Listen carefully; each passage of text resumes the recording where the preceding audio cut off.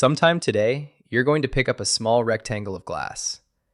You won't think twice about it. It's a gesture you've repeated 100 times since you woke up. A flick of the thumb, a sharpening of the gaze, a narrowing of your entire world into a space no larger than a postcard. But for 99.9% of human history, that rectangle didn't exist. For 300,000 years, every single one of your ancestors spent their days in a world without borders. Their eyes were not tools for reading symbols on a glowing surface. They were survival instruments, designed to drink in the infinite horizon. They were built to track the subtle ripple of grass caused by a predator 300 yards away, or to find the specific shade of a ripened fruit hidden in the chaotic green of a canopy. Modern humans almost never experience this anymore. And you already know the feeling it leaves behind. You've felt it your whole life.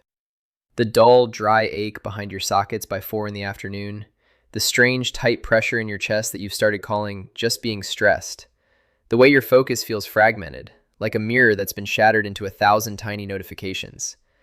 You called it burnout. You called it digital fatigue. But what if it isn't a mental flaw? What if the most productive thing you do all day, focusing intensely on a screen, is the one thing your brain reads as a reason to stay on alert? The answer changes everything we think we know about anxiety, focus, and why, in a world of total comfort, your mind still feels like it's bracing for something. And by the end of this, I'll show you how to shut that alarm off in about a minute, using nothing but where you point your eyes. To understand why your screen leaves you on edge, you have to look at the eyes for what they actually are. Most people think of the eyes as cameras that take pictures and send them to the brain. But biology tells a stranger story. Your eyes are not just connected to your brain. They are, quite literally, a part of it. The only piece of your central nervous system that sits outside the protection of your skull. When you look at the world, your brain is touching the light. A Stanford neurobiologist named Andrew Huberman has spent years making an even stranger idea famous. It isn't only what you look at that changes your stress. It's how you look. Start with the narrow gaze. When you lock onto something small and detailed, your eyes use a tiny pit at the back of the retina called the fovea. And that tight focus quietly flips your body into stay ready mode, the ancient survival setting that keeps one part of you watching, waiting, asking, is everything okay? For a hunter-gatherer, this was the vision of the strike, the narrow, burning gaze used to aim a spear, or to watch a snake in the brush. It was meant to last seconds, maybe minutes, an emergency setting, built to keep you alive. But look at us now. We spend 10, 12, 14 hours a day locked in that narrow focus. We're holding a system built for the instant of the strike, switched on all day long, just to read an email or check a bank balance. You aren't just tired. You're wrung out, because some ancient part of your brain has spent 8 hours behaving as if it's watching for something to move. And while we were busy narrowing our world, we forgot about the off switch. Go back 10,000 generations. Picture an ancestor standing on a ridge at dawn. The valley opens below them, grassland, a distant tree line, the slow drift of a herd miles away. They aren't looking at one leaf. They aren't staring at their hands. They're doing something scientists call panoramic vision. They're letting the whole world pour in from the sides. The gaze is soft. The eyes are still, but they're drinking in the entire arc of the horizon at once. Nothing is urgent. Everything is seen. And when you shift into that wide, open view, something changes inside your skull. Huberman's argument is that this wide view reaches that same alarm system and quietly powers it down. It's a physical signal that says the periphery is clear. There are no threats at the edges. You can stand down. You can switch off the stress response by changing how you look at the world, no matter what's in it.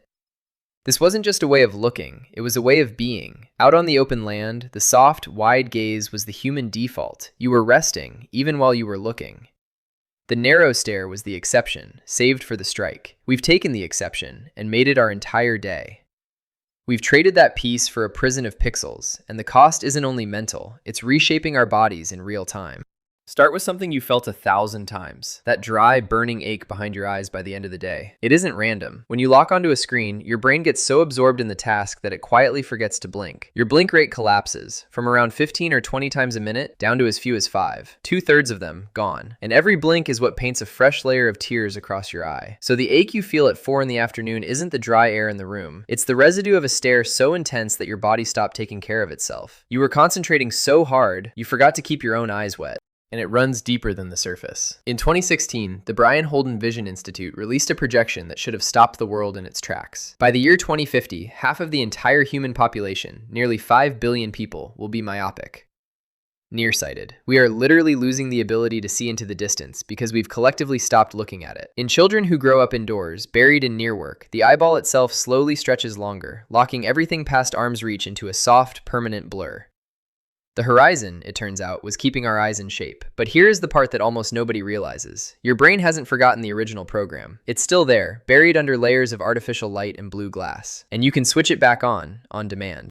When a body moves forward through space, walking, running, the world streams past the eyes in a pattern called optic flow. And that streaming does something you can measure. It quiets the amygdala, the brain's alarm bell for fear and threat. It's been measured in mice. It's been measured in people.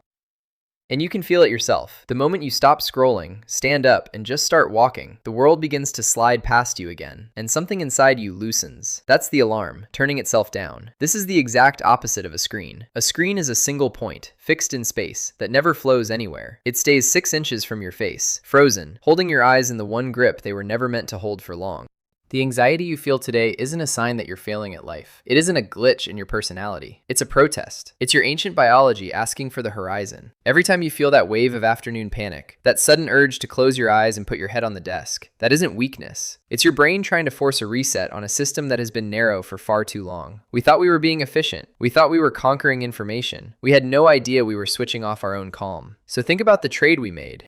We took a creature built for the vastness of the plains, a creature whose eyes were meant to be washed in the colors of 1,000 sunsets, and we handed it a rectangle of light, and told it to stare at that, and only that, for the rest of its life. A creature that once read the coming weather in a far-off cloud, and recognized a friend by the shape of them on the horizon. We shrank all of it, down to 6 inches. Your body never agreed to this bargain. Every day it sends up the same quiet signal, the twitch in your eyelid, the headache at the temples, the restlessness. These aren't malfunctions, they are memories. That ache in your eyes isn't just strain. It's a 300,000-year-old machine trying to remember what the stars look like. The tension in your shoulders is the ghost of a hunter who's been fixed on a single spot for 10 hours, still waiting for the signal to finally let go. Next time you feel that pressure, don't reach for a pill or another app to fix it. Just stand up, go to a window, or better yet, go outside. Just let your gaze go soft. Let the world come to you from the edges. Let your eyes do the one thing they were built to do, long before we ever invented the screen. Look at the distance. We traded the infinite horizon for a 6-inch screen. We called it progress, and we looked so closely for so long that most of us forgot our eyes were ever built for anything else. We won the world of information, but we lost the vastness of the view, and most of us never even knew it was gone.